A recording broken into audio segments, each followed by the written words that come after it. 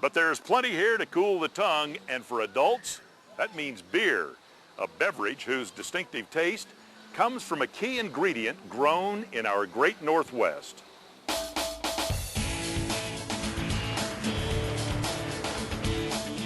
It's the first day of the hops harvest, and Washington's Yakima Valley is hopping. The Yakima Valley is the largest hops growing region in the nation. It's also home to a family whose heritage is all about hops. We grow hops for brewing beer here. We've been doing it since the 30s. Stacy Puterbaugh is a fourth-generation hops grower. Today is one of his busiest days of the year. Behind us, you see our facility for picking hops. We just got started today and going along, and we got about a 40-day harvest, and we'll see how it all turns out. So far, so good. Truck after truck filled with hops keep rolling in from the fields to the processing plant. We got a trellis system out in the field, and the hops pull in. They're cut at the bottom first, and the truck pulls in. Then we got a machine called the top cutter. It pulls in behind them, goes up and cuts the vines, and they fall in the back of these 1-ton trucks. And then they're transported to the Don and Howard picking machine, which they're hung upside down so the hops are exposed more and easier to pick.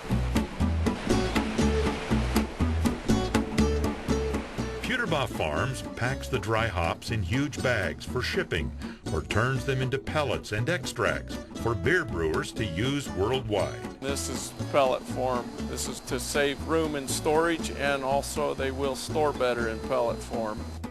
Hops have been part of the Puterbaugh family since their ancestors arrived from Europe in the early 1900s. They first settled in Canada, then moved south and found fertile fields in Washington's Yakima Valley. You had some bad years, but you learned to accept them, and the family was just as happy on the years that we didn't really make anything as we were the years that we had a very good crop.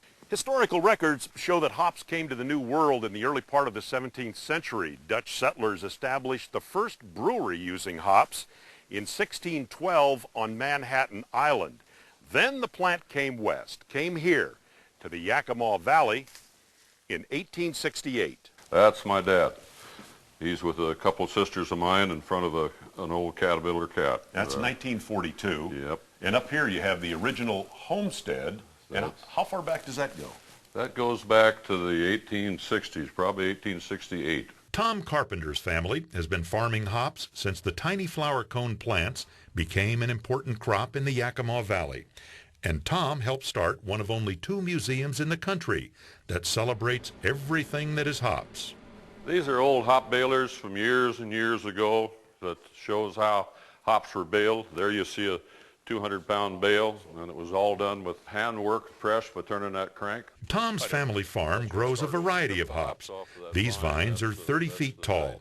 Each one flavors a different kind of beer.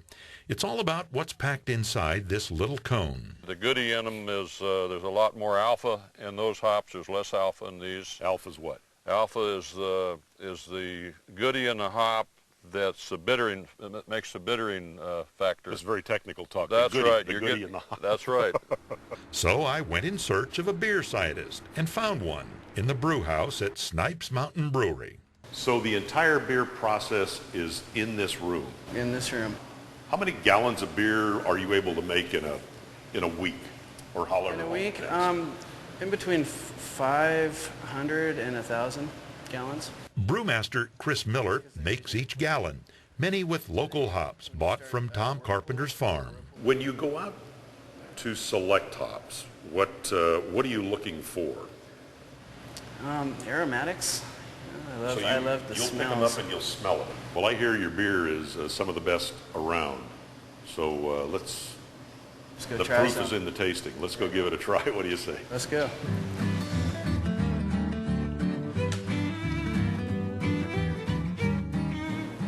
And what do you like about the Indian Pale Ale? The hops. The hops? Yes. It's got a real strong hop flavor. Strong hop flavor, a lot of aromatics.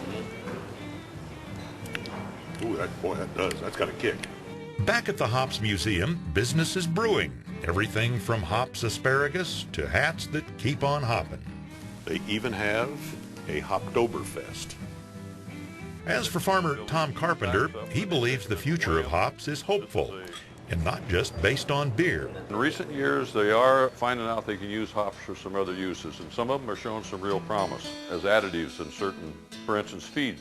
There's a benefit that they're finding out, and as long as we can keep the market within the ability to utilize them in these other uses, so they're going to be used. I'm confident we've just seen the tip of the iceberg of that. It's going to grow.